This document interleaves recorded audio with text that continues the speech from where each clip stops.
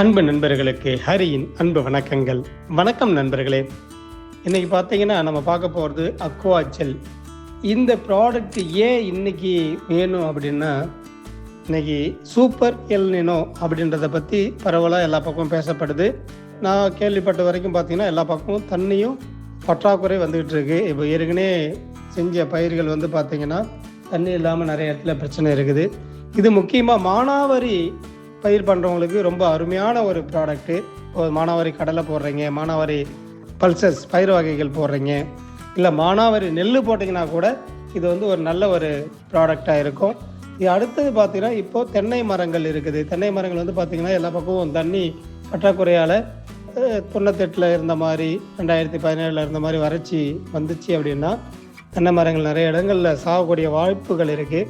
அதை சாகாமல் தடுத்து அடுத்த தலைமுறைக்கு கொண்டு போகிறதுக்கு இது ஒரு நல்ல ஒரு ப்ராடக்டாக இருக்கும். இதை எப்படி யூஸ் பண்ணலான்றதை நான் உங்களுக்கு வழிமுறைகளை சொல்கிறேங்க. இந்த ப்ராடக்ட் பார்த்தீங்கன்னா அக்வா ஜெல் அப்படிங்கிறது ஒயிட் கலரில் சின்ன சின்ன கிறிஸ்டல்ஸாக இருக்கும்.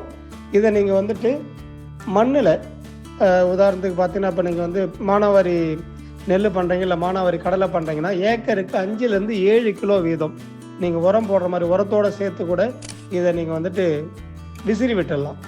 விசிறி விட்டுட்டிங்கன்னா 1 கிலோ ப்ராடக்ட் வந்து பார்த்தீங்கன்னா 500 லிட்டர் தண்ணி வரைக்கும் சேவ் பண்ணி வைக்கிங்க. ஜெல்லு மாதிரி ஆக்கிடும். இப்போ உதாரணத்துக்கு நீங்கள் வந்துட்டு இன்றைக்கி ஒரு மாதத்துக்கு ஒரு முறை தான் உங்களால் தண்ணியை விட முடியுது, இல்லை வந்துட்டு ஒரு மழை வருது, அதை வந்து என்ன பண்ணணும்னா இப்போ உங்கள் பயிர் யூஸ் பண்ணது போக எவாபரேட் ஆகிடும், இல்லைன்னா லீச்சிங் ஆகிடும், கீழே வந்துட்டு போயிடும்.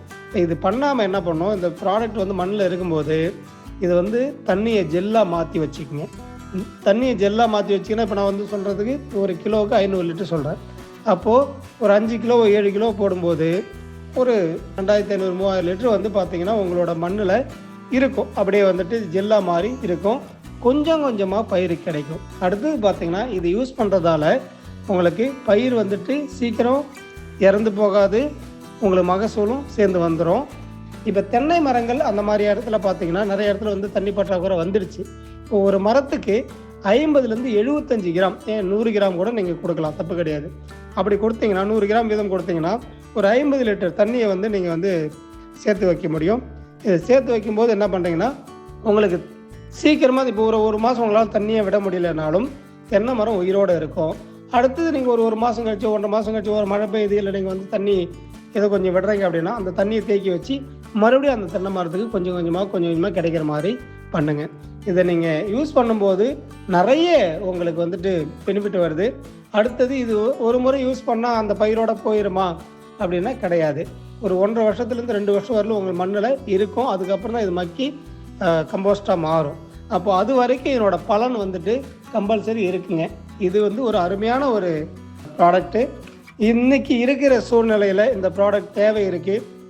உங்களுக்கு இந்த ப்ராடக்ட் வந்துட்டு யூஸ் பண்ணுறது, இப்போ தென்னை மரத்துக்கு யூஸ் பண்ணுறீங்கன்னா நீங்கள் போடுற உரத்தோடு சேர்த்து ஒரு 3 அடி தள்ளி, இல்லை 3 அடிக்குமே உரத்தோடு கலந்து அப்படியே தூவி விட்டு மண்ணில் கலந்து விட்டுட்டிங்கன்னா போதுமானது.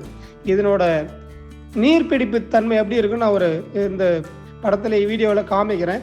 எது மாதிரினா இப்போ நீங்கள் ஒரு 1 கிராம் போட்டு கொஞ்சம் ஒரு 100 மில்லி தண்ணி ஊற்றினாலும் அப்படியே அது வந்து ஜெல்லாக மாற்றிடும். அப்போது நீங்கள் எவ்வளோ தண்ணி கொடுத்தாலும் அது ஜெல்லாக மாற்றி உங்களுக்கு மண்ணுக்குள்ளே வச்சுக்கிட்டு கொஞ்சம் கொஞ்சமாக விடும்போது உங்களுக்கு எவ்வளோ வறட்சி வந்தாலும் நம்மளோட பயிர்கள் பாதுகாக்கப்படும், நம்மளோட மகசூல் எக்கார்ந்து கொண்டும் குறையாமல் இருக்கும், நம்ம கொடுக்கக்கூடிய உரங்களை எஃபிஷியண்ட்டாக கொடுக்க செய்யும், வேர் வளர்ச்சி தரமானதாக இருக்கும்.